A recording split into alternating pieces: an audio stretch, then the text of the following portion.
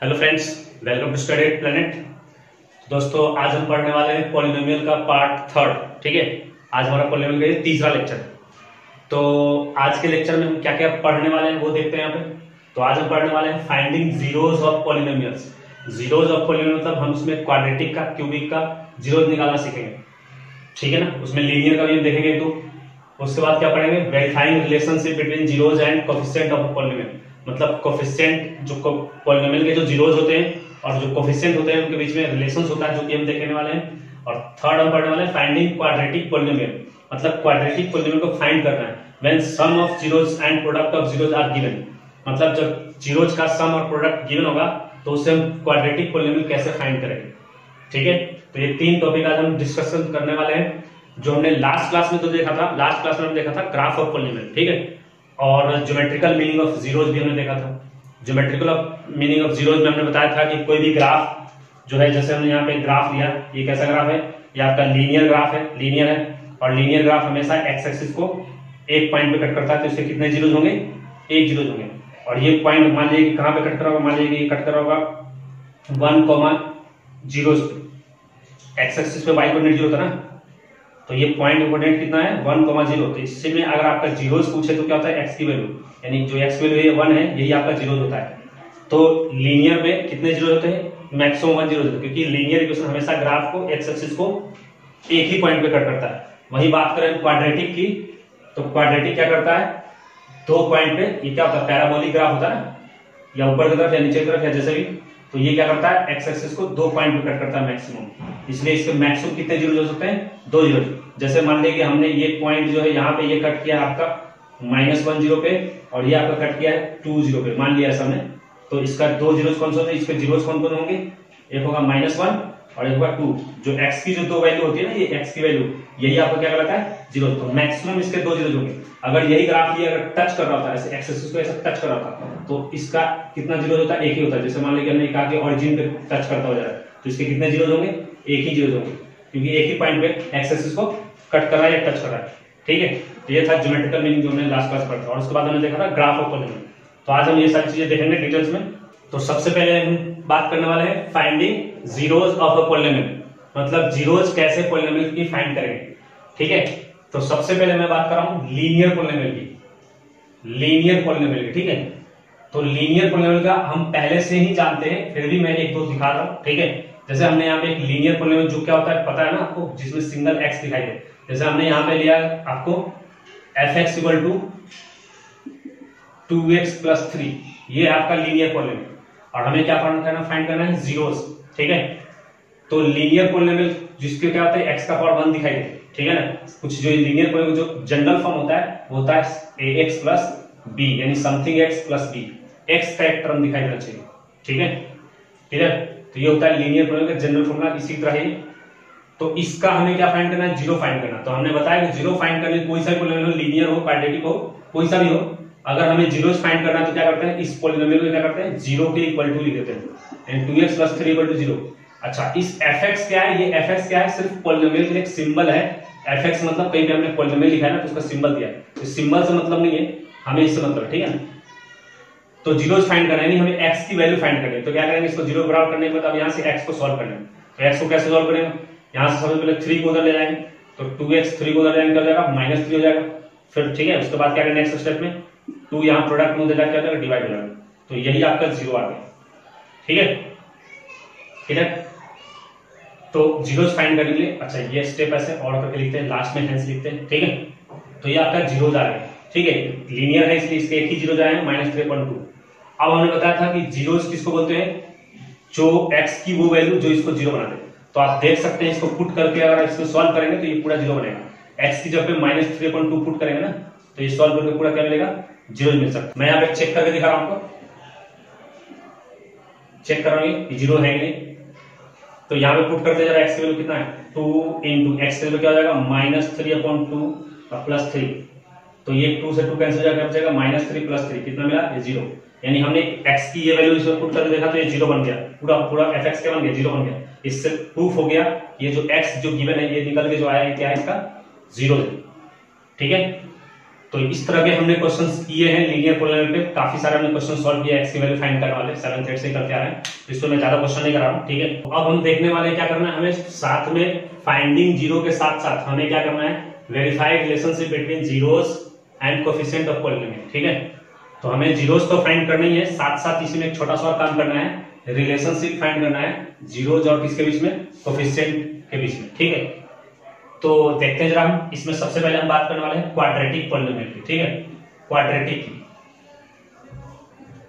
तो quadratic polynomial का सबसे पहले हम जनरल फॉर्म लिखेंगे। जो जनरल फॉर्म होता है क्वाड्रेटिक पॉलिनोमियल का, हमने पढ़ा है fx इक्वल टू क्या होता है, ax स्क्वायर यानी something x square plus bx plus c, ये होता है आपका general form of quadratic polynomial का, ठीक है, ठीक है। इसमें a क्या होता है, जीरो नहीं होनी चाहिए, b और c जीरो हो सकता है, क्लियर। उसके बाद ये जो a b और c है ना, यही क्या है, कोएफिशिएंट है। अगर क्वाड्रेटिक पॉलिनोमियल का जो फॉर्मेट दिखेगा हमेशा कैसे दिखेगा, X square plus B X plus C, यानी उसमें एक्स स्क्वायर का टर्म जरूर होगा, ठीक है। जैसे मैं यहाँ पे एग्जांपल लूं 2x square plus 3x plus 5, ये भी क्वाड्रेटिक पॉलिनोमियल है। हमने सिर्फ लिख दिया 2x स्क्वायर प्लस 5, ये भी क्वाड्रेटिक पॉलिनोमियल है।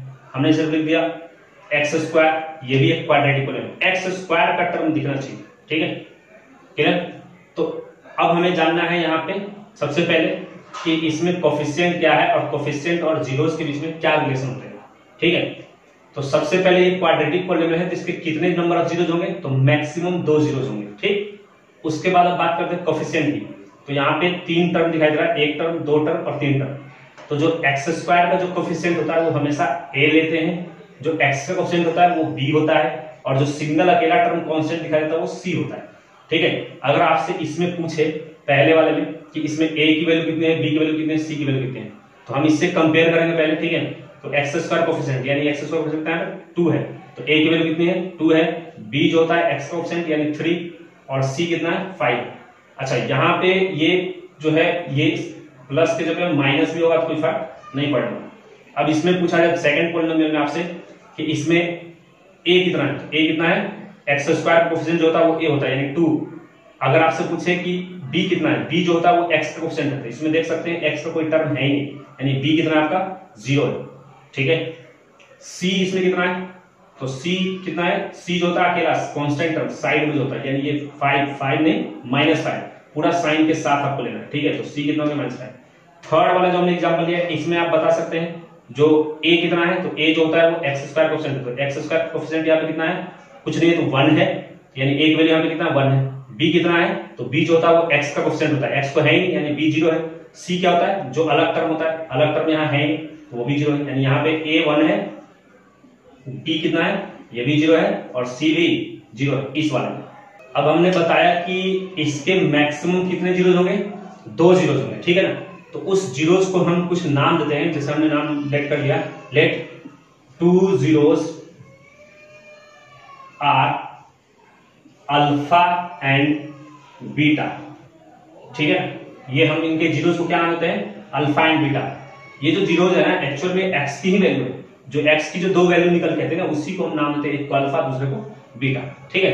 अब इस एक्स की वैल्यू यानी जीरोस में और इस कोएफिशिएंट यानी एबीसी में कुछ रिलेशन होते हैं, ठीक है। तो क्वाड्रेटिक पॉलिनोमियल क्या रिलेशन होता है, फर्स्ट जो रिलेशन होता है वो होता है sum of zeros equal to minus का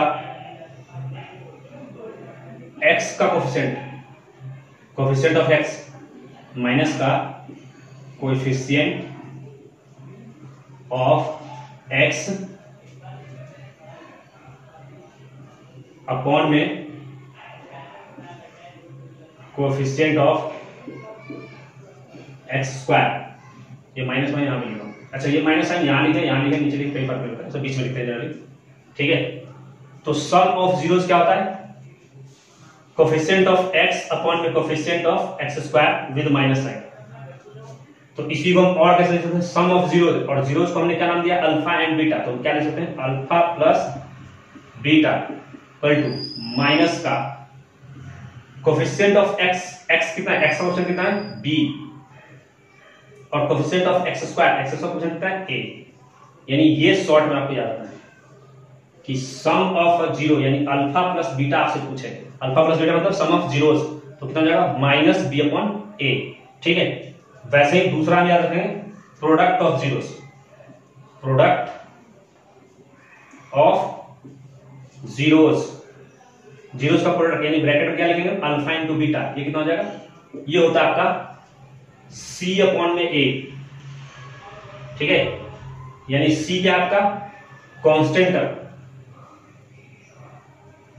कांस्टेंट टर्म अपॉन में ए क्या है फिर से X square coefficient, coefficient of X square. ठीक है, तो आपको सिर्फ ये ध्यान रखना है alpha plus beta equal to minus B upon में और alpha into beta equal to C upon में। फिर से मैं इधर लिख रहा हूं अल्फा प्लस बीटा यानी सम of zeros minus B upon में ए और अल्फा इंटू बीटा यानी product of zeros C upon में ए। तो ये आपको ध्यान रखना है फॉर्मूले दो। अब इस पे हम क्वेश्चंस देखेंगे। हमें क्या करना है, question find zeros, zeros find करना है और साथ में वेरीफाई करना है relationship between zeros and coefficient. तो पहला क्वेश्चन मैं लेके आ रहा हूं x square plus 7x plus 12, ये हमारा एक क्वाड्रेटिक पॉलिनोमियल है। यहां पे आपको fx इक्वल टू भी लिख सकता था। अब इसको क्या करना है, इसमें जीरोस फाइंड करना है और साथ में रिलेशनशिप वेरीफाई करना है। तो मेन हमारा काम जो है वो जीरोस फाइंड करना है। ठीक है, रिलेशनशिप तो बहुत आसान काम है। ठीक है, जो हमने फॉर्मूला बताया उसको अप्लाई करना है। जीरोस फाइंड करने का तरीका लीनियर में हमने क्या किया, सबसे पहले जीरोस फाइंड करना क्या करेंगे, इसको जीरो के इक्वल कर देंगे, X square plus 7x plus 12 equal to 0। ठीक, उसके बाद हमने बताया था कि जीरोस फाइंड करना है तो क्या करेंगे, x की वैल्यू सॉल्व कर लेंगे। यानी कि x की वैल्यू सॉल्व कैसे करते हैं, x को अकेला छोड़ते हैं, बाकी सबको धीरे धीरे करके एक स्टेप करके उधर ले जाते हैं। ठीक है, एक तरफ ले जाते हैं। तो अगर हम जनरली जो है दिमाग में हमारा क्या आता है कि इस 12 को ले जाएंगे, फिर इस 7 को ले जाएंगे, फिर ये स्क्वायर को ले जाएंगे, नहीं, ये क्वेश्चन आपका क्वाड्रेटिक लीनियर की तरह सॉल्व नहीं होता। ये इसमें अलग अलग तरह के क्वेश्चंस होते हैं। ठीक है, जैसे सबसे पहला टाइप है कि ये 3 टर्म दिखाई दे रहा है। ठीक है, 3 टर्म कहीं भी दिखाई दे, 3 टर्म, तो क्या करना है, इसको आपको मिडिल टर्म स्प्लिटिंग मेथड से करना है। मिडिल टर्म स्प्लिटिंग हमने फैक्टराइजेशन में पढ़ा है 9th में कि मिडिल टर्म को क्या करते हैं, 2 पार्ट में तोड़ते हैं। इस तरह से तोड़ते हैं कि जो दो पार्ट इसका टूटेगा उसका सम करने पे यही आएगा और उन दोनों का प्रोडक्ट इन दोनों के प्रोडक्ट के बराबर होगा। तो जब भी 3 टर्म वाले दिखाई दे ना क्वाड्रेटिक पॉलिनोमियल, तो इसको करने का तरीका क्या है, आपको मिडिल टर्म स्प्लिटिंग वाले से करना है। ठीक है, तो मिडिल टर्म स्प्लिटिंग क्या करते हैं, इस वाले को तोड़ना है। ठीक है, तो इसको हम क्या तोड़े कि जिसका सम करने पे क्या जाए 7 आ जाए और प्रोडक्ट करने पे 12x स्क्वायर आ जाए। तो मैं देख सकते हैं कि 5x प्लस 2x, ये आसान था इसलिए दिख गया। 5 और 2 को ऐड करेंगे 7x आएगा, 5 2 को मल्टीप्लाई करेंगे, इन दोनों के प्रोडक्ट के बराबर आएगा। तो हमने इसको तोड़ दिया। ठीक है, प्लस 12 इक्वल टू 0। ठीक, नेक्स्ट क्या करेंगे, अब इसमें क्या करते थे, 2 करके कॉमन कर देते थे। इन दोनों में क्या कॉमन है, इन दोनों में x कॉमन है, x प्लस 5। ठीक है, फिर से यहां देख सकते हैं दोनों में क्या कॉमन है, प्लस का 2 कॉमन है, x प्लस यहाँ पे 5 तो 7 और यहाँ पे 10 है आपका, यहाँ पे क्वेश्चन में 10 है। ठीक है, 5 दूनी 10 तभी तो आएगा, क्वेश्चन में आपका 10 है। तो x कॉमन करेंगे तो यहाँ पे क्या जाएगा 5 आएगा। ठीक है, इक्वल टू 0। तो ये फैक्टराइजेशन में क्या होता था कि ये जीरोस इक्वल टू 0 नहीं होते थे। ठीक है, उसके बाद क्या करते हैं, ये चीज ध्यान रखना है कि फैक्टराइज करने के बाद ये दोनों टर्म सेम दिखना चाहिए, यहाँ भी x प्लस 5 यहाँ भी x प्लस 5, तभी आपका ये फैक्टराइजेशन सही है। हमारा दोनों जगह सेम आ रहा है। फिर क्या करते हैं, इन दोनों में से एक लिखते हैं। इन दोनों में क्या कॉमन है, x प्लस 5 कॉमन है, तो यहाँ से x प्लस 5 कॉमन हो गया, तो यहाँ से क्या बचेगा, x बचेगा, और यहाँ से x प्लस 5 कॉमन क्या बचेगा, 2 बचेगा, इक्वल टू 0। जो फैक्टराइजेशन था हमारा इक्वल टू 0 नहीं होता, बस इतना ही करके छोड़ देते, लेकिन यहाँ पे 0 भी, क्योंकि हमें 0 फाइंड करना है।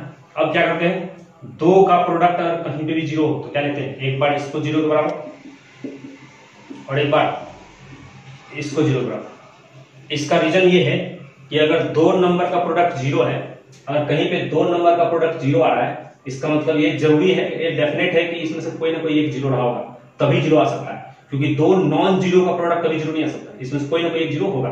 अब हमें मालूम नहीं कि इसमें कौन सा 0 है, इसलिए हमें क्या करेंगे, दोनों को 0 के बराबर लेंगे। जैसे हमें यहाँ पे मालूम नहीं कि ये 0 है कि ये 0 है, इसलिए हमने इसको भी 0 ले लिया और इसको भी 0 ले लिया। हाँ, अगर इसमें से किसी का मालूम हो जाए कि ये वाला पार्ट 0 है, तो फिर ये 0 है तो फिर हम इसको 0 नहीं लेने की जरूरत है। ठीक है ना, तो यहाँ पे हमें 2 का प्रोडक्ट 0 आ रहा है, लेकिन हमें मालूम नहीं कि इसमें कौन सा 0 है, इसलिए हम दोनों को 0 के इक्वल लेते हैं। ठीक है, तो अब यहां से क्या हो जाएगा, x इक्वल टू क्या जाएगा -5 और यहां से क्या जाएगा x इक्वल टू -2। ठीक है, आप देख सकते हैं यहां पे ये जो क्वाड्रेटिक हमने सॉल्व किया इसके 2 जीरो आए। ठीक है, मैक्सिमम 2 आते हैं, कभी कभी 1 भी आते हैं। ठीक है, 2 से ज्यादा नहीं आता। ठीक, हमने बताया था जितने पार्ट होते हैं जीरो आता है मैक्सिमम। मैक्सिमम यहाँ पे डिग्री कितनी इसकी 2 है, तो 2 से ज्यादा जीरो नहीं आएंगे। अब इसी जीरोस को एक को हम क्या बोलते हैं अल्फा, और इसी एक्स की एक वैल्यू को जीरो क्या बोलते हैं बीटा। तो इसमें से एक हो गया अल्फा और इसमें एक हो गया बीटा, इसी को हम अल्फा बीटा बोलते हैं। एक्स की जो वैल्यू आती है ना इसी को, तो अल्फा बीटा हमारा मिल गया। ठीक है, अब इसी में हमें रिलेशनशिप वेरीफाई करना है।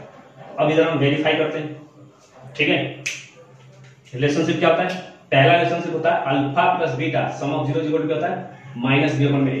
तो अल्फा प्लस बीटा भी हम निकालेंगे और माइनस बी अपॉन में ए भी निकालेंगे, दोनों एक ही साथ हम निकालते जा रहे हैं। अल्फा प्लस बीटा निकालते हैं। अल्फा कितना हमारा -5 प्लस बीटा कितना है -2 इक्वल टू, उधर भी दे देते हैं आरएचएस भी माइनस बी अपॉन में ए। माइनस है बी कितना है, बी जो होता है वो एक्स कोएफिशिएंट होता है। एक्स कोएफिशिएंट कितना होता है यहाँ पे 7। ए जो होता है एक्स स्क्वायर कोएफिशिएंट कितना है यहाँ पे 1 है, यहाँ 1 है। तो एलएचएस भी हम सॉल्व कर रहे हैं और आरएचएस भी सॉल्व कर रहे हैं। ठीक है, तो यहां से -5 प्लस -2 कितना हो जाएगा -7 और इधर कितना हो जाएगा -7 और 1 -7। देख सकते हैं आपका अल्फा प्लस बीटा जितना है माइनस बी अपॉन में उतना ही आया, यानी ये रिलेशन वेरीफाई हो गया। Alpha plus beta equal to minus B upon में ए आ चुका है, एलएचएस इक्वल टू आरएचएस आ चुका है, तो ये वेरीफाई हो गया। दूसरा क्या होता है relation alpha into beta and product of zero equal to C upon में। प्रोडक्ट ऑफ जीरोस करते हैं यहाँ पे -5 इनटू -2। इधर c क्या होता है, c हमने पढ़ा है जो कांस्टेंट टर्म होता है 10 अपॉन में a क्या होता है एक्स स्क्वायर कोएफिशिएंट 1। तो इधर कितना आएगा -2 इनटू -5, -2 इनटू -5 कितना हो जाएगा 10 इक्वल टू इधर 10 अपॉन 1, ये भी 10। क्या देख सकते हैं यहाँ भी एलएचएस इक्वल टू आरएचएस आ गए। प्रोडक्ट ऑफ जीरोस भी क्या हो गया वेरीफाई हो गया, सही है। ठीक है, तो यही आपको करना है कि जीरोस फाइंड करने के बाद क्या करना है, ये रिलेशन वेरीफाई करना है, सम ऑफ जीरोस और प्रोडक्ट ऑफ जीरोस। ठीक है, तो ये जो क्वेश्चन है आपका दूसरे टाइप का दोनों। इससे पहले जो हमने कराया था 3 टर्म वाले वो मिडिल टर्म स्प्लिट करके किया था, यहाँ 2 टर्म है। तो जब 2 टर्म हो ना क्वाड्रेटिक में, तो अब हमें मिडिल टर्म स्प्लिटिंग वाले मेथड यूज नहीं करना है, यहाँ पे बहुत ही सिंपल यूज करना है। यहाँ पे लिखा रहेगा आपका ये fx इक्वल टू दिस, यहाँ पे fx भी लिख सकते हैं, px भी लिख सकते हैं, ये 2 पॉलिनोमियल गिवन है। और क्या करना है इसका फिर से जीरोस फाइंड करना है और रिलेशनशिप निकालना है। तो मैं ये थर्ड वाला आपको कर रहा हूँ, आपको ये खुद करना है सेकंड वाला। ठीक है, तो ये 2 टर्म है, तो क्या करेंगे जीरोस फाइंड करने के लिए simply 4u square plus 8u equal to 0 लेना है। सबसे पहले ये काम जरूर करना, चाहे 2 टर्म्स का हो चाहे 3 टर्म्स का, जीरो के इक्वल जरूर करना। 3 टर्म में हमने क्या यूज किया था मिडिल टर्म स्प्लिटिंग का मेथड, यहाँ पे कोई middle term splitting method use नहीं करना। ठीक है, सीधा इन दोनों में कॉमन कर लेना, सीधा इन दोनों में कॉमन हो रहा है तो कॉमन कर देना, नहीं हो रहा तो आगे सिंपली सॉल्व करना। ठीक है, तो इन दोनों में क्या कॉमन है देख सकते हैं 4u कॉमन है, और करते हुए लिखते जाएंगे। तो यहां से u बचेगा प्लस यहां से 4u कॉमन होगा क्या बचेगा 2 बचेगा इक्वल टू 0। फिर से देखिए 2 फैक्टर बन गई, इतना इंटू इतना इक्वल टू 0, 2 का प्रोडक्ट फिर से 0, क्या लिखेंगे फिर से 4u इक्वल टू 0 लिखेंगे बार, और एक बार u प्लस 2 इक्वल टू 0 लिखेंगे। ठीक है, यहाँ पे कोई मिडिल टर्म स्प्लिटिंग नहीं करना क्योंकि यहाँ 3 टर्म है ही। ठीक है, 2 टर्म हो सीधा दोनों में कॉमन हो रहा है, कॉमन करना है। ठीक, अब यहां से क्या होगा 4u इक्वल टू 0, तो u इक्वल टू कितना जाएगा, यहाँ से 4 यहाँ प्रोडक्ट हो जाएगा डिवाइड में 0.4 कितना हो जाएगा 0.4, 0 ही होता है 0 समथिंग 0, तो एक u की वैल्यू 0 आया। यहाँ से u इक्वल टू क्या जाएगा +2 है तो जाएगा -2, यानी यहाँ पे 2 वैल्यू आ गई, 0 जा गए। एक अल्फा, एक का नाम बोलते हैं अल्फा, अल्फा इक्वल टू 0, और यहाँ पे बीटा कितना है -2। मैंने बताया था कि एक को हम अल्फा बोलते हैं दूसरे को बीटा, तो 0 जाएगा। अच्छा, वहां पे हमने x वेरिएबल था, यहाँ पे u वेरिएबल है। ठीक है, तो यही अल्फा बीटा क्या है, इसमें किसी को भी हम अल्फा बीटा ले सकते हैं। ठीक है, क्लियर, तो ये आपके 0 जाके और रिलेशनशिप वेरीफाई कर सकते हैं आप। ठीक है ना, मैं कर दे रहा हूं इसको भी। अल्फा प्लस बीटा कितना होता है आपका -b पर मिलिए। अल्फा कितना है यहाँ पे 0 है, प्लस बीटा कितना है -2 इक्वल टू -b पर में -b b क्या होता है x कोएफिशिएंट, x कोएफिशिएंट क्या है यहाँ पे 8, माइनस पहले से, b का कोएफिशिएंट कितना 8, हाँ 8, x कोएफिशिएंट है u का कोएफिशिएंट, और a क्या होता है x स्क्वायर कोएफिशिएंट यानी u स्क्वायर कोएफिशिएंट 4। ठीक है, इधर कितना आएगा 0 प्लस -2 क्या आ जाएगा -2 ही आएगा, 0 ऐड करके कोई फर्क नहीं पड़ रहा। इधर 4 से डिवाइड करेंगे -8 में क्या आ जाएगा -2, देख सकते हैं आ गया अल्फा प्लस बीटा। ठीक है, अब अल्फा इंटू बीटा का देखना रिलेशन, अल्फा इंटू बीटा क्या होता है c अपॉन में a, तो अल्फा कितना हमारा 0 इंटू बीटा कितना है -2 इक्वल टू सी कितना हमारा, सी जो होता था कांस्टेंट टर्म यानी अकेला, यहाँ पे तो सी का कोई टर्म ही नहीं है, something x square plus something x plus something वाला टर्म है ही नहीं, हमें सी 0, तो 0 अपन में ए कितना होता है एक्स स्क्वायर कोसेंट यानी यू स्क्वायर कोसेंट 4, तो इधर कितना आएगा 0 इंटू समथिंग 0 और इधर 0 डिवाइडेड 4 0, देख सकते हैं यहाँ पे ये भी वेरीफाई हो गया। ठीक है, तो ऐसे ही क्या करना है, आपको जीरोस फाइंड करना, उसके बाद ये जो रिलेशन है सम ऑफ जीरोस और प्रोडक्ट ऑफ जीरोस इसको वेरीफाई करना है, चेक करना है ये सही है, बिल्कुल सही है, LHS इक्वल टू RHS आ रहा है। इसको भी मैं सॉल्व कर रहा हूँ, ठीक है, बाद में आपको होमवर्क दे दूंगा या फिर आप इसको दोबारा खुद से ट्राई कर सकते हैं, पहले पर देख ले सारा कुछ। फिर से ये पॉलिनोमियल दिया, क्या करेंगे सबसे पहला काम जीरोस फाइंड करने के लिए इसको 0 के इक्वल लिख देंगे। ठीक, अब इसको कैसे सॉल्व करेंगे, है तो ये दो टर्म वाले, दोनों में कुछ कॉमन है क्या, देखिए यहाँ पे हमें कॉमन करने की जरूरत नहीं, कॉमन करके भी सॉल्व कर सकते हैं। यहाँ पे जो था वो था 4u square plus 8u equal to 0, यहाँ पे देख सकते हैं यहाँ भी u था इसमें भी u था, तब यहाँ में कॉमन करने की जरूरत पड़ी, यहाँ पे तो एक ही जगह पे x है, यहाँ पे x है नहीं, तो इसको हम सिंपली क्या करेंगे, इसको ऐसे सॉल्व करेंगे 6x स्क्वायर, 3 को पहले उधर ले जाएंगे, क्या हो जाएगा प्लस का 3, 0 प्लस 3 3, फिर 6 को उधर ले जाएंगे तो इधर प्रोडक्ट में इधर जाकर डिवाइड में, तो x स्क्वायर कितना आ गया 3 से कट जाएगा 2 बार में 1/2 आएगा, सब में ये और लिखते जाएंगे। ठीक है, लास्ट में हेंस लिखा जाता है, यहाँ सब x क्या हो जाएगा हेंस x इक्वल टू, ये जब स्क्वायर हो जाएगा तो क्या हो जाएगा, स्क्वायर हो जाने पे एक तो प्लस माइनस लगता है और स्क्वायर रूट होता है। ठीक है, यानी यहाँ से x की दो वैल्यू आ गई, एक प्लस का 1/√2, ठीक है, इसको वैसे ले सकते हैं √1 की वैल्यू कितनी होती है 1 यानी 1/√2, और दूसरा x वैल्यू क्या आ गया माइनस का 1/√2, √1 की वैल्यू 1 ही होता है ना, इसलिए रूट से बाहर ले लिया 1 को। ठीक है, अब यही जो एक वैल्यू आया ये हो गया आपका अल्फा और ये हो गया आपका बीटा, तो अल्फा की वैल्यू 1/√2 और बीटा की वैल्यू -1/√2। ठीक है, ये दो जीरोस निकल गए। ठीक है, तो ध्यान देना है, अगर आपको सिंगल एक्स है तो आपको सीधा सॉल्व करना है, दो जगह अगर एक्स दिखाई दे यू दिखाई दे वेरिएबल, क्या करना है आपको कॉमन करके सॉल्व करना है, और 3 टर्म वाले तो मिडिल टर्म स्प्लिटिंग मेथड से। ठीक है, तो अब इसके भी रिलेशन वेरीफाई कर लेते हैं, क्या होता है रिलेशन अल्फा प्लस बीटा क्या होता है -b/, में चलिए चेक करते हैं। अल्फा हमारा कितना है, अल्फा यानी जो ये 1/√2 प्लस बीटा हमारा कितना है -1/√2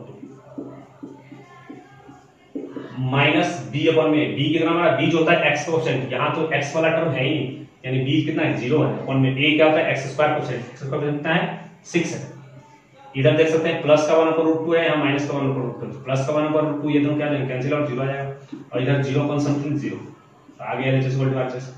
दूसरा क्या हमारा रिलेशन होता है प्रोडक्ट ऑफ जीरो, यानी alpha into beta equal to क्या होता है c/a, तो प्रोडक्ट ऑफ जीरो यानी अल्फा कितना है हमारा 1/√2 इंटू बीटा कितना है माइनस का 1/√2। ठीक है, और c कितना हमारा, c जो होता है कांस्टेंट टर्म, कांस्टेंट टर्म में क्या है -3, और a जो होता है x स्क्वायर कोसेंट यानी 6। ठीक है, सॉल्व करते हैं इसको, ये ऊपर क्या है 1/√2 और ये है -1/√2, ये मैं कर रहा हूँ ऊपर 1 और -1 मल्टीप्लाई हो क्या होगा -1, और √2 में √2 से मल्टीप्लाई होता क्या होता है 2 होता है। ठीक है, तो ये हो गया आपका, और इधर ये कटेगा तो कितना गया, ये भी आ गया -1/2, तो देख सकते हैं आप फिर से यहाँ पे LHS इक्वल टू RHS हो गया, यानी प्रोडक्ट ऑफ जीरोस भी वेरीफाई हो गया और सम ऑफ जीरोस भी वेरीफाई हो गया। ठीक है, तो इसको कैसे सॉल्व करेंगे, फिर से देखना कहीं भी दो टर्म दिखाई दे सिंपल अप्लाई करना चाहिए, जीरो नहीं है, ये जीरो तो बाद में करेंगे ना, अभी यहाँ पे क्या गिवन होगा fx इक्वल टू ये पॉलिनोमियल, इसका क्या करना है फिर से फाइंड करना जीरो और रिलेशन से वेरीफाई करना, तो इसको क्या करेंगे x स्क्वायर -3 इक्वल टू 0 लिख देंगे। ठीक है, अब जब तक 3 टर्म दिखाई ना दे तब तक आपको middle term splitting method apply नहीं करना, ये सिंपल अप्लाई होगा, सिंपल निकालते जाएंगे, पहले 3 को उधर जाएंगे तो x स्क्वायर इक्वल टू क्या हो जाएगा -3 हो जाएगा +3 हो जाएगा, यहाँ से x जो है स्क्वायर हो जाएगा, क्या हो जाएगा प्लस माइनस होता है और स्क्वायर रूट हो जाता है, तो यहाँ से x की क्या वैल्यू आ गई, एक तो आ गया प्लस का √3 और एक आ गया माइनस का √3। ठीक है, क्लियर, इसी को हम क्या बोलते हैं, एक वैल्यू को अल्फा दूसरे को बीटा। अब इसको मैं एक दूसरा मेथड से करा रहा हूं, अल्टरनेट मेथड। ठीक है, इसमें क्या करना, ये तो काम यहां तक कर रही है x स्क्वायर -3 इक्वल टू 0, ये तो कर रही है, आपको 0 फाइंड करना है, तो कोई सा भी पॉलिनोमियल सबसे पहले इसको 0 के बराबर लिखना है। ठीक है, अब यहां से क्या करेंगे, ये इसको हम ऐसे लिख सकते हैं, इस -3 को हम √3 का स्क्वायर लिख सकते हैं, क्योंकि √3 से रूट से स्क्वायर कैंसिल होगा 3 आएगा। ऐसा हमने इसलिए किया कि अब ये फॉर्मूला दिख रहा है, देख सकते हैं आप a² - b² क्या होता है, इसका मतलब a + b into a minus B equal to 0। देख सकते हैं यहाँ पे दो प्रोडक्ट है, दो का प्रोडक्ट 0, तो फिर से क्या करेंगे x plus root 3 equal to, एक बार 0 लिख लेंगे और एक बार क्या लिखेंगे x minus root 3 equal to 0 लिख लेंगे। यहाँ से x इक्वल टू क्या आ गया माइनस रूट 3 और यहाँ से x इक्वल टू क्या आ गया प्लस रूट 3। ठीक है, तो फिर से देख सकते हैं वही चीज आगे सेम, तो हम इसको ऐसे करके भी बना सकते हैं। चलिए मैं आपको पढ़ता हूँ, यहाँ मैं निकालता हूँ अल्फा प्लस बीटा कितना आएगा आपका, अल्फा प्लस बीटा कितना आएगा रूट 3 और माइनस रूट 3 यानी 0, और अल्फा प्लस बीटा क्या होता है माइनस बी अपन में, माइनस बी अपन में ये निकालते हैं, माइनस बी अपन में कितना होता है माइनस बी, मतलब माइनस बी क्या होता है एक्स कोसेंट, यहाँ तो एक्स कोसेंट है ही नहीं 0, एक क्या होता है एक्स स्क्वायर कोसेंट 1 कुछ नहीं तो 0.1 0 देख सकते हैं। अल्फा प्लस बीटा भी 0 आया है और माइनस बी अपन में ये भी 0 है, यानी alpha plus beta minus B upon A के इक्वल होगा। वैसे अल्फा इंटू बीटा कर लेते हैं, अल्फा इंटू बीटा क्या होता है सी अपन में ए, तो अल्फा कितना हमारा रूट 3 और बीटा कितना है माइनस रूट 3। ठीक है, सी कितना है, सी हमारा कितना है माइनस का 3, माइनस के साथ साइन देना है, जो सी है ना कांस्टेंट हमेशा जो कोफिशिएंट लेते हैं ना वो सब साइन के साथ लेते हैं, तो सी की वैल्यू कितनी माइनस 3, ए कितना है x square coefficient, x square coefficient कुछ नहीं है तो 1 है, तो इधर कितना है रूट 3 में रूट 3 से मल्टीप्लाई करेगा तो 3 हो जाएगा, और माइनस इधर कितना हो जाएगा माइनस 3/1 माइनस 3, यानी देख सकते हैं यहाँ भी क्या आ गया L H is equal to R H S आ गया, यानी ये भी आपका रिलेशन वेरीफाई हो गया, प्रोडक्ट ऑफ जीरोस भी वेरीफाई हो गया। एफ एक्स इक्वल टू क्या है 4 root 3 X square plus 5x minus 2 root 3, इसका फिर से वही जीरोस फाइंड करना है और वेरीफाई करना है रिलेशनशिप।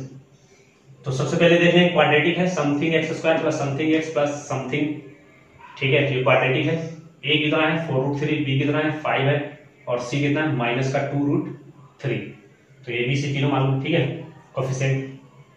अब हमें क्या करना है फाइंड करना जीरोस, तो क्या करते हैं सबसे पहला काम, सबसे पहले इसको क्या लिखेंगे 4 root 3 X square plus 5x minus 2 root 3 equal to 0। जब भी हमें जीरोस फाइंड करना है क्या करेंगे 0 की वैल्यू है, ठीक है। अब हमने बताया कि यहाँ पे देख सकते हैं कितने टर्म है something x square plus something x plus something है ना, यानी 3 टर्म वाले, और 3 टर्म वाले में हमने बताया था मिडिल टर्म स्प्लिटिंग मेथड, ठीक है। तो इसको क्या करना है स्प्लिट करना है, ये आपके लिए थोड़ा सा डिफिकल्ट है लेकिन फिर भी देखते हैं कैसे करेंगे इसको सॉल्व। वैसे जितना डिफिकल्ट दिख रहा है उतना है नहीं, जब मैं आपको दिखा दूंगा तो आसान लगने लगेगा। तो मिडिल टर्म स्प्लिटिंग वाले क्या करते हैं कि हम इस बीच वाले को ऐसे ब्रेक करते हैं कि जिसको प्रोडक्ट जिसको ऐड या सब्ट्रैक्ट करने पे यही वापस मिले, ठीक है, और या उन दोनों का जो स्प्लिट करके आएगा, इसको जो स्प्लिट करके दो टर्म जो मिलेंगे उनका सम या डिफरेंस यही आना चाहिए और उन दोनों का प्रोडक्ट इन दोनों के प्रोडक्ट के बराबर आना चाहिए, ठीक है। तो सबसे पहले तो इन दोनों को प्रोडक्ट ही करके देख लें, तो 4 रूट 3 इंटू 2 रूट 3 करेंगे तो 4 2 जा 8 और रूट 3 इंटू रूट 3 3, तो 8 और इंटू 3 24 माइनस का 24 आएगा। इन दोनों को जब प्रोडक्ट करेंगे तो माइनस का 24 और एक्स स्क्वायर तो रहेगा ही, उससे हमें ज्यादा मतलब नहीं, ठीक है, माइनस का 24 प्रोडक्ट आया। अब हमें इस बीच वाले को ऐसे ब्रेक करना है कि जिसको सम या डिफरेंस करने में क्या मिले 5x मिले और प्रोडक्ट करने में क्या मिले माइनस का 24, ठीक है। तो यहाँ पे जब रूट था ये जब स्क्वायर रूट था तो देखने में बड़ा अजीब सा लग रहा था, इसको कैसे तोड़े, लेकिन अब देख सकते इसको प्रोडक्ट किया तो एक्चुअली क्या बन गया माइनस 24। तो अब इसको ऐसे दो पार्ट में तोड़ना है कि जिसको ऐड या सब्ट्रैक्ट करने में क्या मिले 5x मिले और प्रोडक्ट करने में माइनस 24 मिले। तो अब मैं इसमें भी आपको सिंपल कर रहा हूं कि अब ये ऐड करने से बनेगा कि सब्ट्रैक्ट करने से। तो जब भी इन दोनों का प्रोडक्ट यहाँ माइनस में है ना तो आपको समझ जाना है कि इसको ऐड करने से ये नहीं मिलने वाला, दो को सब्ट्रैक्ट करने से मिलने वाला है, ठीक है। तो पहले हम दो दो नंबर लें जिसका कि प्रोडक्ट कितना है 24 आए, ठीक है, 6 4 हो सकता है, 12 2 हो सकता है, 8 3 हो सकता है ना, 24 और 1 इन दोनों का प्रोडक्ट, इन सबका प्रोडक्ट क्या आ सकता है 24 आ सकता है, ठीक। अब इन्हीं किसी पेयर में से एक बनने वाला है। अब हमने बताया कि जैसे ही प्रोडक्ट यहाँ नेगेटिव आए तो ऐड करने से नहीं सब्ट्रैक्ट करने से बढ़ने वाला है। तो इन दोनों में से इन सबका प्रोडक्ट तो 24 आ रहा है, तो हमें प्रोडक्ट तो देखना नहीं है, हमें सिर्फ देखना है क्या ऐड या डिफरेंस। तो हमने बता दिया कि जब ये प्रोडक्ट नेगेटिव आए तो हमें ऐड भी नहीं देखना, हमें क्या देखना है डिफरेंस देखना है। तो अब इन दोनों में से सबका डिफरेंस देखना है, किस पेयर का डिफरेंस 5 आएगा।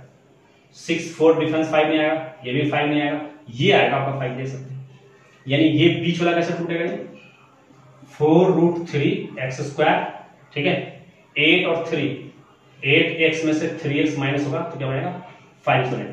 अब ध्यान रखना है कि एक को प्लस लेंगे, एक को माइनस। प्लस किसको लेंगे, प्लस किसको लेंगे, जो यहां पे जो साइन होगा ना वो वाला साइन हमेशा बड़े वाले को देना है, यानी प्लस का 8x और माइनस का 3x, माइनस 2√3। ठीक है, हमारी कोशिश है कि इसको समझा दिया जाए, लेकिन फिर भी अगर इसको किसी को प्रॉब्लम आ रहा है इसमें फैक्टराइजेशन में इसके, तो आप जो है 9th क्लास की जो फैक्टराइजेशन की जो आगे लेक्चर लगेगी उसको आपको ध्यान से देख लेना है। ठीक है, तो ये बीच वाला हमारा 2 पार्ट में टूट चुका है। अब करना कुछ नहीं है, अब क्या करना है, अब दो टर्म को लेकर के क्या करना है, कॉमन कर देना है। ठीक है, तो एक बार इन दोनों में क्या कॉमन होगा, एक तो आपको सीधा सीधा ये 4 दोनों में कॉमन दिख रहा है, 4 x भी है दोनों में। ठीक है, और कुछ कॉमन होता नहीं दिख रहा है, तो यहां से क्या बचेगा, √3 और x प्लस यहां से बचेगा 2 बचेगा। ठीक, अब दूसरा काम क्या करना है, मैंने बताया था जो यहां सेम आया वैसे यहां भी सेम आना चाहिए ब्रैकेट के अंदर। तो यहाँ पे प्लस का √3x है और यहाँ पे देख सकते हैं दोनों जगह माइनस है, तो हमें मालूम है कि क्या करना है, दोनों जगह माइनस ही कॉमन करना है, और माइनस कॉमन करने से माइनस कॉमन होगा तब ये प्लस आ जाएगा। अब ये माइनस तो कॉमन होगा ही, साथ साथ और कॉमन क्या करेंगे, यहाँ पे √3x बचे, तो इस देख सकते हैं इस 3 के अंदर 2 √3 होता है, नहीं तो इसमें से एक √3 यहाँ से कॉमन, यहाँ भी एक √3 है, यहाँ भी इसके अंदर भी एक √3, इसके अंदर 2 √3 है ना, तो एक √3 यहाँ से कॉमन जाएगा, यहाँ भी एक √3 है, यहाँ भी इसके अंदर √3 है, तो माइनस का √3x कॉमन हो जाएगा। तो यहाँ से क्या बचेगा, सिर्फ x तो कॉमन नहीं होगा क्योंकि x यहाँ है लेकिन यहाँ नहीं है, इसके अंदर भी √3 है, इसके अंदर भी √3, तो यहाँ से √3 कॉमन क्या बचेगा, x बचेगा, √3x बचेगा नहीं, क्योंकि इसको प्रोडक्ट करके वापस देखेंगे ये मिलेगा, और यहां से माइनस √3 कॉमन गया तो क्या बचेगा, प्लस का 2 = 0। ठीक है, देख सकते हैं ये वाला टर्म क्या सेम है ना बिल्कुल, तो ये चीज ध्यान रखना है कि इसको आपको सेम रखना है, कॉमन करना आना चाहिए। अब यहाँ से क्या करेंगे, फिर इन दोनों में से कॉमन होगा, तो √3x + 2 यहाँ से कॉमन हो गया दोनों से, यहाँ से क्या बचा 4x और यहाँ से क्या बचेगा -√3 = 0।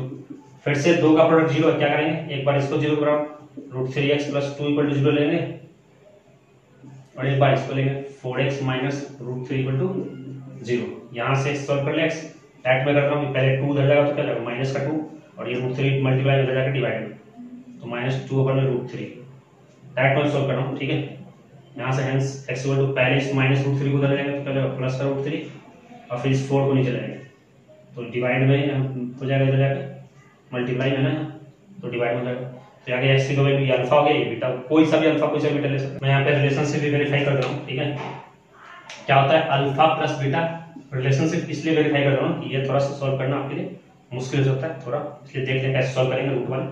अल्फा प्लस बीटा क्या होता है, -2 में एलएचएस सॉल्व करते हैं, अल्फा प्लस बीटा, अल्फा कितना है -2/√3 और बीटा कितना है प्लस का √3/4। ठीक है, इधर b कितना होता है, b क्या होता है आपका x का कोएफिशिएंट कितना है यहाँ पे 5, माइनस आगे माइनस लगा देंगे, a क्या होता है x का कोएफिशिएंट कितना है 4√3। तो ये तो सॉल्व हो चुका है, इसमें आगे तो सॉल्व करनी, इसको करते हैं जरा, यहाँ पे एलसीएम कितना होगा, दोनों प्रोडक्ट हो जाएगा 4√3, इससे डिवाइड करेंगे तो ये कट जाएगा, 4 से इसमें मल्टीप्लाई जाएगा तो -8 प्लस इससे डिवाइड करते हैं तो 4 कट जाएगा, √3 में √3 से मल्टीप्लाई करते जाएगा 3, इधर क्या है -5 में 4√3, ये कितना जाएगा -8 + 3 कितना जाएगा -5 में 4√3। देख सकते हैं आपका ये आ चुका है दोनों तरफ से। ठीक है, प्रोडक्ट भी देख लेते हैं, अल्फा इंटू बीटा क्या होता है C/a, अल्फा कितना है हमारा -2/√3, बीटा क्या हमारा √3/4, इधर C कितना है, C कितना आपका -2√3, ये कितना है x² कोएफिशिएंट 4√3, ये √3 से √3 कैंसिल, -2/4 है, 2 × 4, यहाँ से बचेगा -½ ऊपर 1 है -1 नीचे 2, इधर क्या होगा देख सकते हैं √3 से √3 कैंसिल, 2 × 4 इधर भी आ गया वही -1/2, तो LHS = RHS आ चुका है। तो अभी मैंने जो भी कुछ कराया उसी के ऊपर मैं यहाँ पे होमवर्क ले रहा हूँ। ठीक है, तो इधर ये क्वेश्चन हमने दिए हैं और ये इधर इसके आंसर्स है, इसके आंसर्स बुक में नहीं थे, इसको मैंने अभी सॉल्व किया जल्दी और इसके आंसर्स लिखे हैं। ठीक है, क्वेश्चन देख सकते हैं x² + 7x + 12, x² - 2x - 8, यहाँ है 4s है s, 4s² - 4s + 1। ठीक है, यहाँ t² - 15, यहाँ पे 6x² -3 -7 देख सकते हैं। इसमें x² का टर्म यहाँ है, x का टर्म बाद में, इसको पहले लिख देना, इसको बाद में लिखना, फिर आपको सोल्व करना। और ये हमने अभी रूट वाला कराया, तो इन सब के आंसर इधर है। ठीक है, ये कुछ एनसीईआरटी क्वेश्चन है, ये आरडी का है, कुछ आरडी क्वेश्चन है, कुछ एनसीईआरटी क्वेश्चन। ठीक है, तो इसमें क्वेश्चन आपको प्रैक्टिस कर लेना है, इसके आंसर आपके सामने है, आपको रिलेशन भी वेरीफाई करना है। तो आज के लिए दोस्तों इतना ही। तो हमारी अगर वीडियो पसंद आई हो तो आप चैनल को सब्सक्राइब करना ना भूलें, वीडियो को ज्यादा लाइक करें, शेयर करें। धन्यवाद।